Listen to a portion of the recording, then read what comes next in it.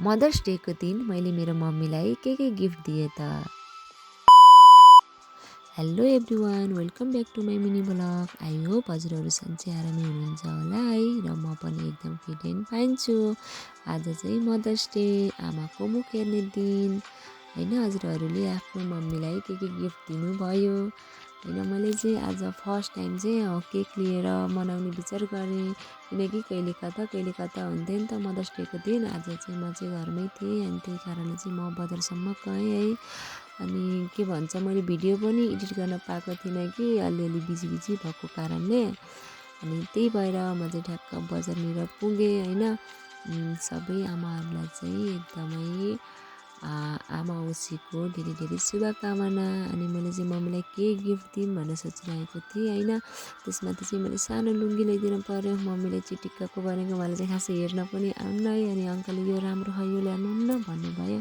अनि मैले त्यही लगेर गएँ। अनि मैले चाहिँ फोटो पनि गिफ्ट दिने विचार गरेँ कि, अनि त साथी पनि हुनुहुन्थ्यो। अनि मैले हाई भन्न लगाइदिएँ। अनि म चाहिँ यहाँ थिएँ। अनि मलाई लास्टै भोक लागेको थियो होइन, किनकि 12:30 भइसकेको थियो नि त। अनि मैले चाहिँ लास्टै भोक लागेको थियो। मैले गम गएर के खाएँ भन्दा यो बर्गर खाएँ। अनि कहाँ बर्गरले मात्र पुग्छ त नि भनेर मैले चाहिँ फेरि खाएपछि चाहिँ के मगाएँ भन्दा मोमो मगाएँ। अनि मोमो पनि एकदमै तातो थियो होइन। अनि मैले चाहिँ मोमो मजाले खाएँ होइन। अनि भोक लागेको थियो नि त, म फेरि बजार एक्लै नै आएँ कि, खासमा कोही पनि हुनुहुन्थेन जाने। अनि केही छैन नि त, एक्लै हिँड्नुपर्छ भन्ने भयो होइन। अनि त्यसपछि म चाहिँ खाइसकेपछि केक अर्डर गर्न गइसकेँ होइन। केक चाहिँ मैले पहिल्यै नै अर्डर गरिसकेको थिएँ। अनि केक चाहिँ लिएँ होइन। अनि के भन्छ, यता गाडी कुरेको, गाडी त लास्टै लेट। अनि कति आधी घन्टासम्म चाहिँ पुऱ्यायो। अनि अहिले पनि लास्ट सिटमा परेँ हो म चाहिँ। अनि मैले चाहिँ कति बेला घर जाऊँ भन्ने भएको थियो। अनि यतातिर चाहिँ सबै प्याक भइसकेको थियो होइन। अनि म चाहिँ लास्ट सिटमा बसेको थिएँ, यता एकदमै उता गीत सुन्दै फेरि मलाई त यस्तो मजाले निद्रा लाग्छ यस्तो गाडीको यात्रा गऱ्यो भने चाहिँ होइन।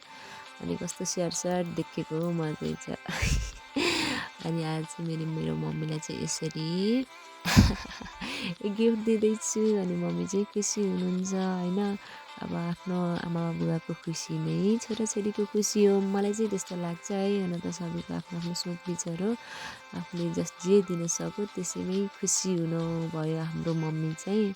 अनि बाबा चाहिँ यति बिजी हुनुहुन्थ्यो किनकि खालि उहाँलाई चाहिँ न्युज हेर्दै बस्दै गर्न ठिक्क भएको थियो। जे होस्, आज चाहिँ रमाइलो लाग्यो। यो भिडियो मार्फत चाहिँ मेरो हिमान भाइलाई र सुशीला दिदीलाई चाहिँ एकदमै मिस गरेको छु होइन।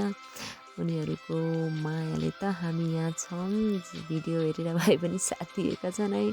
अनि त्यति बेला कल पनि गर्न पाइएन कि भाइलाई र उसलाई चाहिँ। अनि मैले चाहिँ मम्मीलाई भने, मम्मी अहिले चाहिँ हजुरलाई यो गिफ्ट, अनि मैले पछि कमाइसकेपछि अलि मस्तै ठुलो गिफ्ट केही दिन्छु है भनेको। हुन्छ अरे कि अब भन्नै पऱ्यो है। अब अहिले त आफ्नो केही कमाइसमाइ केही छैन नि त, त्यही भएर कुनै दिन मेरो पनि कमाइ हुनेछ, मैले पनि मेरो मम्मीलाई एकदमै राम्रो सरप्राइज दिनेछु। अब यसैमै चित्त बुझौँ होइन, आफूसँग जे छ त्यसैमा खुसी हुनुपर्छ। अब अरूले जस्तो आइफोन यताउति हुन्छ नि, यस्तो केही दिन त सकिएन।